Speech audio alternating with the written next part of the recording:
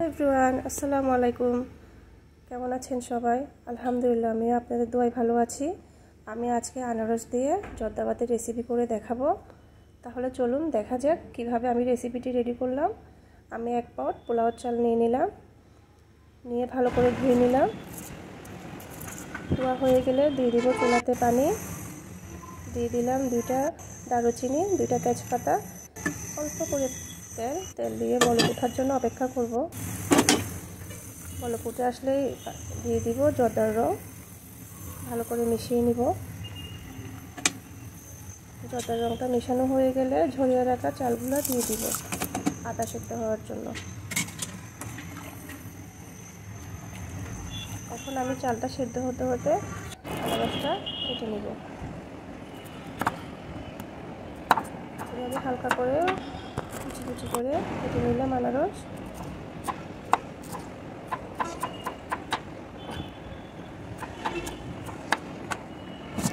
আনারস কাটতে কাটতে আমার চালটা রেডি হয়ে গেল, হাফ সেদ্ধ হয়ে গেল। আমি এখন ঢেলে নিব। এখন চুলাতে হাঁড়ি বসিয়ে দিব।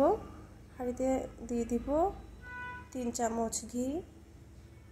আমি আড়ঙের ঘিটা ইউজ করলাম। ঘিটা গরম হলে দিয়ে দিব তেজপাতা, দেন দারুচিনি। একটু নেড়ে ছেড়ে আমি আনারসগুলো দিয়ে দিব।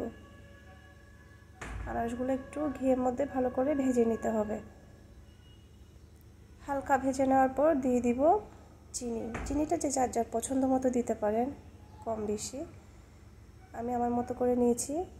এখন চিনিটা ভালো করে মিশিয়ে নিতে হবে আনারসের সাথে। এখন দিয়ে দিব ঝরিয়ে রাখা ভাতগুলো।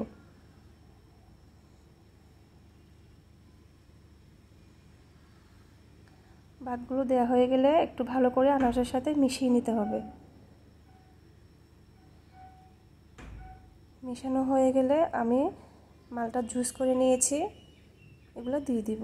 এটা অপশনাল, চাইলে আপনারা স্কিপ করতে পারেন।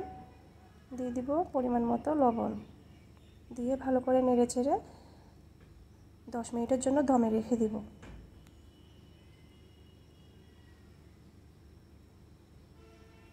দশ মিনিট পর ফিরে আসলাম। বেশ হয়ে গেল আমার আনারস দিয়ে জর্দা ভাত। আমি এখন নামিয়ে নেওয়ার আগে 1 চামচ উপরে ঘি দিয়ে দিলাম। এখন নামিয়ে আমি পরিবেশন করব। আমি আমার মতো করে কিছু কাজু বাদাম, চিনা বাদাম দিয়ে দিলাম। আপনারা চাইলে কিশমিশ বা অন্য কিছু ফ্রুট ইউজ করতে পারেন। এখন আমি গুঁড়ো দুধ দিয়ে 1 চামচ ঘি দিয়ে মাওয়া বানিয়ে নিব।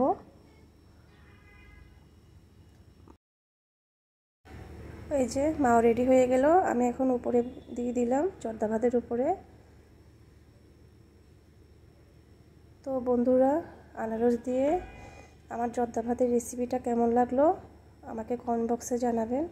আর আমার পেজে একটা লাইক দিয়ে ফলো দিয়ে আমার পাশে থাকবেন। সবাই ভালো থাকবেন। আসসালামু আলাইকুম।